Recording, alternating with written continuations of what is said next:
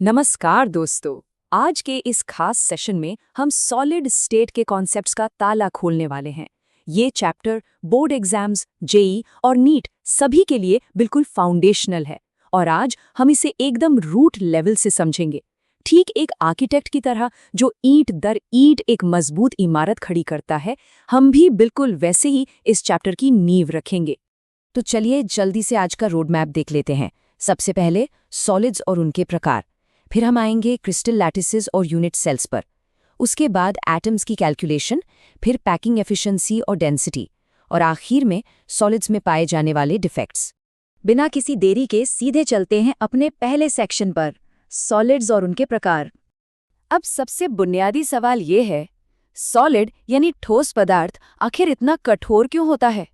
देखा जाए तो सॉलिड्स के अंदर जो पार्टिकल्स होते हैं, जैसे एटम्स या मॉलिक्यूल्स, वो एक दूसरे के बेहद करीब होते हैं। इनके बीच का जो अट्रैक्शन फोर्स है वो इतना स्ट्रांग होता है कि इनका शेप और वॉल्यूम बिल्कुल फिक्स हो जाता है। इन्हें दबाना यानी इनकी कंप्रेसिबिलिटी बहुत ही कम होती है।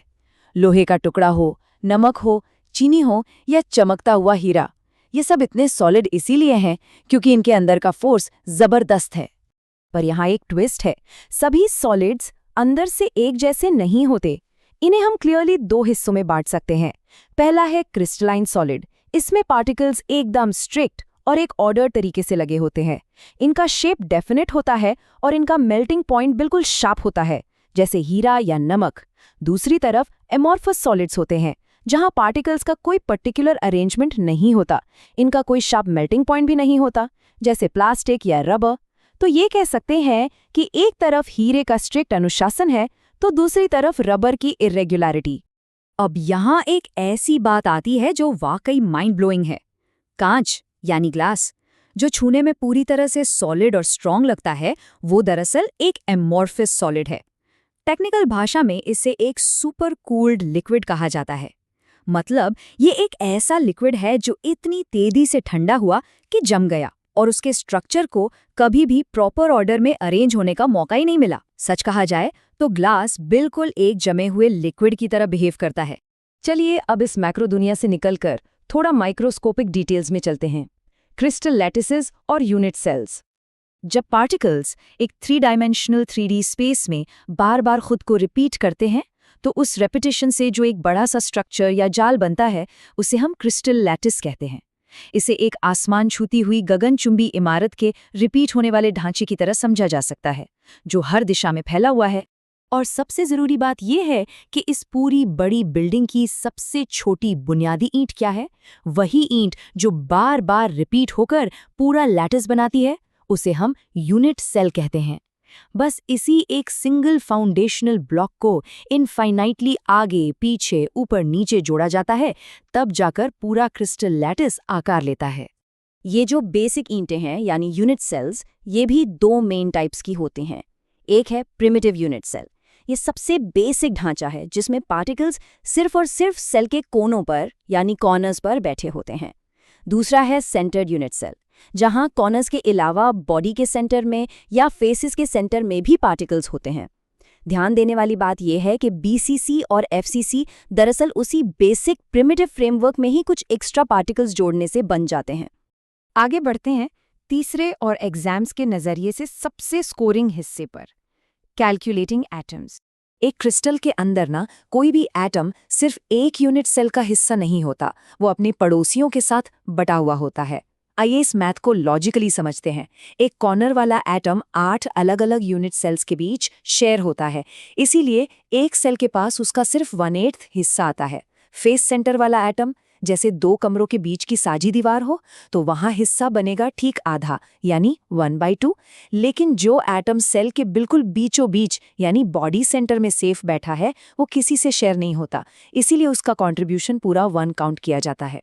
इन सभी हिस्सों को जोड़ लेने पर हमारे सामने आती है ये बेहद क्रूशियल टेबल। सिंपल क्यूबिक में टोटल 1 एटम बनता है और इसका कोऑर्डिनेशन नंबर है 6। बीसीसी में टोटल 2 एटम्स निकल कर आते हैं और कोऑर्डिनेशन नंबर 8 है। और आखिर में एफसीसी, जिसमें सबसे ज्यादा यानी 4 एटम्स होते हैं और इसका कोऑर्डिनेशन नंबर 12 होता है। सच माने तो कॉम्पिटिटिव एग्जाम्स के लिए ये टेबल एक चीट शीट है, इसे एकदम पक्का याद कर लेना चाहिए। चलिए अब अपने चौथे पड़ाव पर फोकस करते हैं, पैकिंग एफिशिएंसी और डेंसिटी। अब जो चीज़ वाकई बहुत इंटरेस्टिंग है वो ये देखना है कि कौन सा स्ट्रक्चर सबसे एफिशिएंटली स्पेस को यूज़ करता है। सिंपल क्यूबिक सिर्फ 52% जगह घेर पाता है। बीसीसी की पैकिंग थोड़ी बेहतर है, लगभग 68%। लेकिन सबसे टॉप पर हैं फेस सेंटर्ड क्यूबिक एफसीसी और एचसीपी स्ट्रक्चर्स, जो 74% जगह को फुल्ली टाइट पैक कर देते हैं। पार्टिकल्स को एक साथ फिट करने का इससे बेहतरीन और एफिशिएंट तरीका बिल्कुल नहीं हो सकता। और यहाँ एंट्री होती है इस चैप्टर के सबसे हैवी वेट फॉर्मूले की, डेंसिटी का फॉर्मूला। बोर्ड एग्जाम्स हो, जेईई हो या नीट, इस एक अकेले फॉर्मूले से न्यूमेरिकल आने की लगभग गारंटी होती है।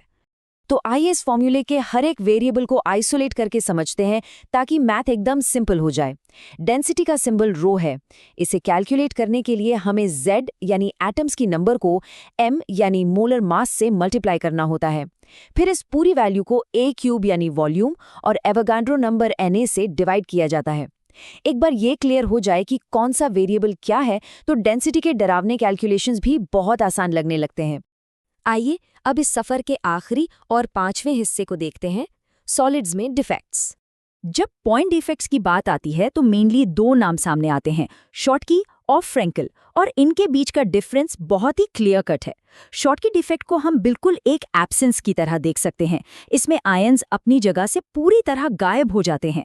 दूसरी तरफ फ्रैंकल डिफेक्ट में आयन क्रिस्टल से बाहर नहीं जाता, बल्कि अपनी असली जगह छोड़कर बीच की किसी खाली जगह यानी इंटरस्टिशियल साइट में शिफ्ट हो जाता है। ये बस एक इंटरनल डिस्प्लेसमेंट है। अब देखा जाए तो रियल लाइफ में क्रिस्टल्स शायद ही कभी 100% परफेक्ट होते हैं, लेकिन सबसे चमत्कारी बात यह है कि शॉटकी और फ्रैंकल जैसी ये छोटी छोटी माइक्रोस्कोपिक खामियां ही आखिर में तय करती हैं कि हमारे आसपास के मटेरियल्स कैसा बिहेव करेंगे। इन्हीं अदृश्य केमिकल फ्लॉज से हमारी फिजिकल रियलिटी शेप होती है। आज के सेशन में हमने सॉलिड स्टेट के इन तमाम कॉन्सेप्ट्स को एक एक करके डिकोड किया है। अब बारी है इस थ्योरी को अप्लाई करने की, क्वेश्चंस प्रैक्टिस करने की और अपने बेसिक्स को और स्ट्रॉन्ग बनाने की।